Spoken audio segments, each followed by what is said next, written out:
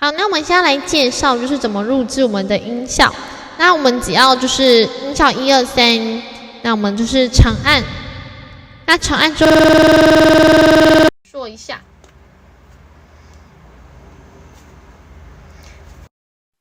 就是会出现一个就是秒数，这是可以录制15秒的音效。那么点下去之后，它就会开始倒数。这时候就是会录制你播放的声音，或是你想要录制的特效。